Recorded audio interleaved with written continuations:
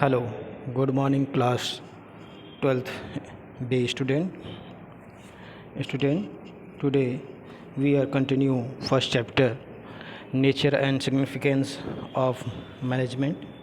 Student, today we start next topic introduction. Student, have you look on your page number 3rd? Let us start your introduction topic. Here I read and explain this para. The above case in an example of a successful organization which is most the top companies in India. इससे पहले जो हमने case study की थी इसमें India की top most company Tata के बारे में हमने पढ़ा था, जो कि इंडिया की मोस्ट सक्सेसफुल ऑर्गेनाइजेशन है, कंपनी है, और ये इंडिया की टॉप कंपनीज़ में से एक है. It has risen to the top because of its quality of management. यह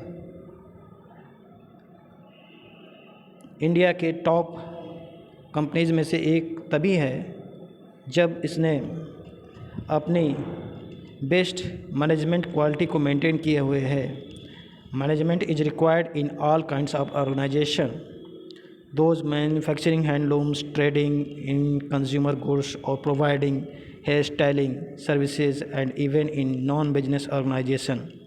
ठीक है, कह रहा है बेटा कि मैनेजमेंट हर प्रकार के व्यवसाय या ऑर्गेनाइजेशन में इम्पॉर्टेंट है, चाहे वो व्यापार हो, हैंडलूम्स का एरिया हो, या फिर आप कोई सर्विस प्रोवाइड करने वाले हों जैसे कि हेयर स्टाइलिंग सर्विसेज, या फिर कोई नॉन बिजनेस ऑर्गेनाइजेशन हो.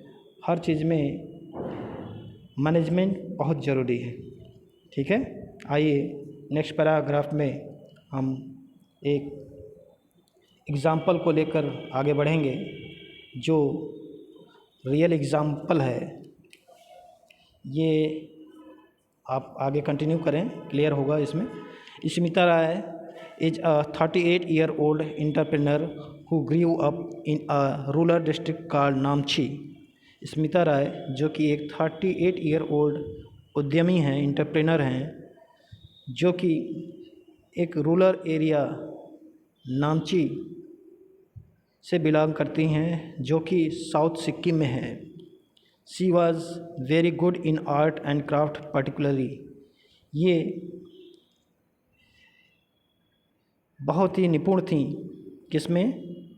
आर्ट एंड क्राफ्ट पर्टिकुलरली, यानी कि आर्ट फॉर्म में, पर्टिकुलरली वैक्स मोल्ड्स मीन्स यानी कि मोम कला में. ठीक है. She loved to make candles. Often she make into toys and small pieces of art with wax and used it as a gift for her friends and relatives.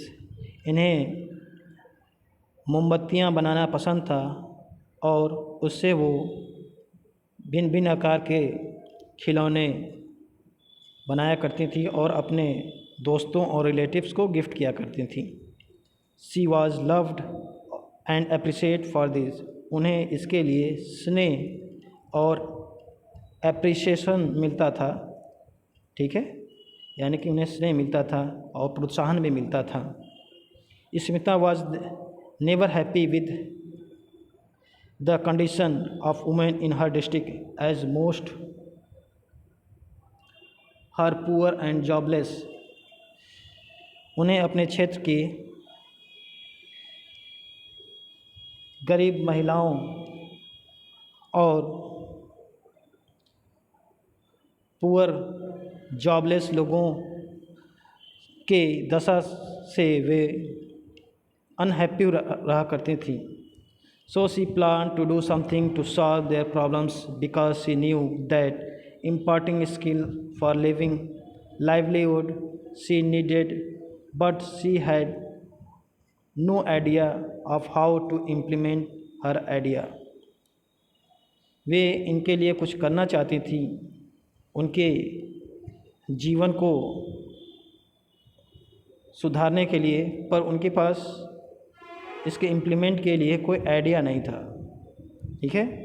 In August 2012 she met Abhishek Lama, the branch manager of NADFI Namchi branch, a financial corporation which support local people with skill development programs and also channelized them into revenue generating activities.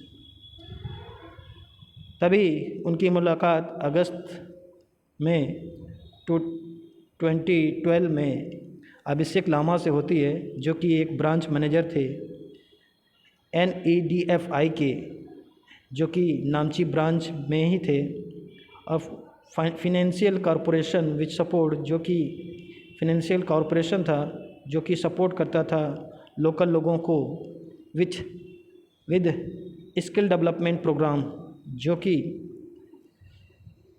उन areas के skill development program and also channelize them into revenue generating activities. वहाँ के local लोगों के हस्तकरघा में और उन्हें एक प्रॉपर चैनल प्रदान करने का काम करती थी ये संस्था, जिससे कि उनकी संस्था को रेवेन्यू प्राप्त होता हो और जिनकी मदद करते हैं उनका भी क्या है, कुछ फ़ायदा हो। स्मिता गॉट इंटरेस्टेड, उनसे मिलने के बाद, यानी कि अभिषेक लामा से मिलने के बाद स्मिता बहुत प्रभावित होती है।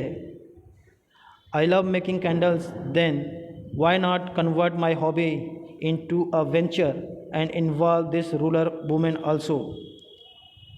उन्होंने सोचा कि क्यों ना जो उनकी हॉबी है उसको किसी नेक काम के लिए लगाया जाए और इसमें उन गरीब महिलाओं का भी मदद लिया जाए।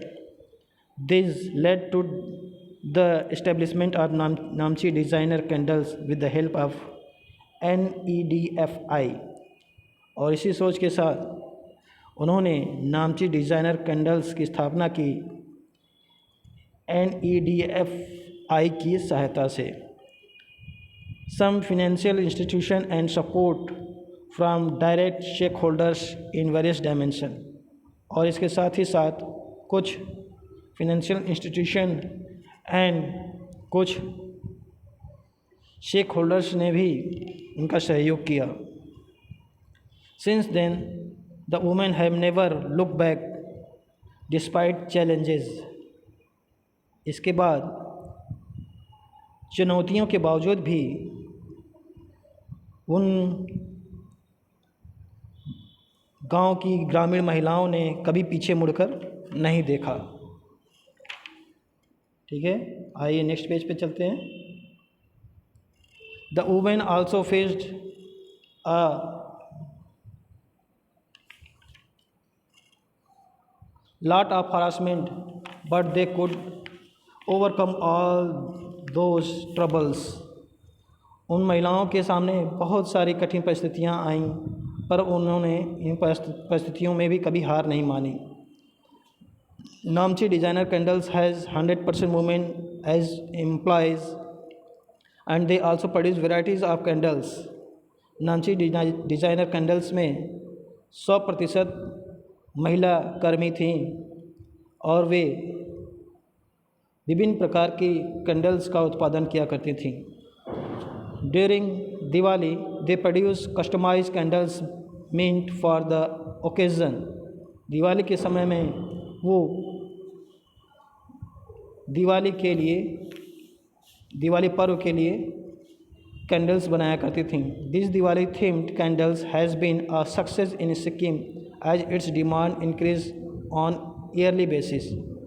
और दिवाली के समय में इनका व्यवसाय सिक्किम में इंक्रीज करता गया वर्ष दर वर्ष। Namchi Designer Candles has been receiving numerous awards such as Northeast Women Entrepreneur of the Year 2015-16 for Sikkim and Srimat Shankar Mission of Guwahati on 26th April 2018 at New Delhi. Namchi designers candles को कई award से भी नवाजा गया, जिसमें north east women entrepreneur of year 2015-16 Sikkim की सरकार की तरफ से, जबकि श्रीमद शंकर मिशन के द्वारा गुवाहाटी के द्वारा उन्हें 26 अप्रैल 2008 में न्यू दिल्ली में ये सम्मान प्राप्त हुआ। A typical days in Smita's life consist of a series interrelated and continuous functions. She has to plan a special festival collection for Diwali. उनके लाइफ में कई उतार चढ़ाव आए, फिर भी उन्होंने अनवरत काम करते रहे अपने क्षेत्र में। She has to plan special festival collection, उन्होंने special festival collection for Diwali के लिए स्पेशल फेस्टिवल कलेक्शन की शुरुआत की। This means organising more funds and recruiting more workers. ऐसे में उन्होंने अपने ऑर्गेनाइजेशन के लिए और भी अधिक फंड्स इकट्ठा किए एंड रिक्रूटिंग मोर वर्कर्स, और भी ज़्यादा वर्कर्स को उन्होंने रिक्रूटमेंट किया। She also has regularly communicate with her suppliers to ensure that deadlines regarding delivery of goods are met.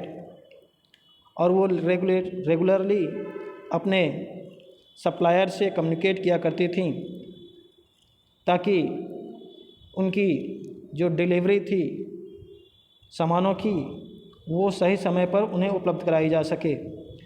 In the course of the day, she meets customers for a general feedback and any suggestion that they may have. और वो regular customers से feedback भी लिया करती थी और उनके suggestion को भी सुना करती थी। Smita is managing Namchi designer candles. Smita Namchi designer company की मैनेजिंग थी, यानी कि मैनेज किया करती थी। So is the principal managing your school. ये ठीक उसी प्रकार है जैसे आपके स्कूल को प्रिंसिपल मैनेज करते हैं। दे ऑल मैनेज ऑर्गेनाइजेशन, वे सभी ऑर्गेनाइजेशन को मैनेज करते हैं। School, hospitals, shops and large corporation are all organization with diverse goals. ये जो सभी एग्जाम्पल दिए गए हैं, जैसे school, hospitals, shops and large corporation are all organization, ये सभी संगठन हैं और सभी का गोल अलग अलग है पर एम सेम होता है, टू अचीव समथिंग, यानी कि अपने लक्ष्य को प्राप्त करना। और लक्ष्य क्या होता है? लक्ष्य यानी कि श्रेष्ठ बनना और अपने फील्ड में अच्छा करना। नो मैटर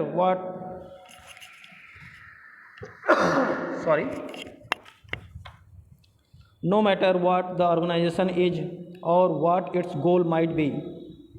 ये कोई महत्व नहीं रखता है कि ऑर्गेनाइजेशन का क्या गोल है, क्या लक्ष्य है। They all have something in common, management and managers. और इनका कॉमन मैनेजर का यही होता है। भले ही उनका लक्ष्य अलग अलग हो पर सभी का लक्ष्य एक ही होता है, अपने संस्था को अच्छे पोजीशन पे लाना। ठीक है, सॉरी मैंने पेज को इधर करना भूल गया था। Okay, now you have observe that Smita's work as a manager consist of a series of different activities or function aimed to achieving the goals of the organization. आपने ऑब्ज़र्व किया होगा Smita's work as manager consists of a series of different activities or functions aimed at achieving the goals of the organization. आपने observe किया कि Smita manager के रूप में कार्य करती थीं और उनका ध्येय और मकसद ऑर्गेनाइजेशन को बेटर एंड बेस्ट बनाने का था. These interconnected and interdependent functions are part of management. ये सभी चीज़ें मैनेजमेंट का पार्ट हैं. Successful organization do not achieve their goals by change but by following a deliberate process called management. Successful organization का मकसद गोल को हासिल करना होता है अपने थ्रू प्रॉपर मैनेजमेंट. ठीक है स्टूडेंट, तो आप इस बात से ये समझ सकते हैं कि प्रॉपर मैनेजमेंट होने के कारण, अगर प्रॉपर मैनेजमेंट हो तो हम कोई भी ऑर्गेनाइजेशन अपने गोल को अचीव कर सकता है. तो इस स्टोरी से यही समझाने का प्रयास किया गया है कि प्रॉपर मैनेजमेंट के द्वारा कैसे किसी ऑर्गेनाइजेशन को बॉटम से टॉप पर ले जाया जा सकता है. ठीक है स्टूडेंट, तो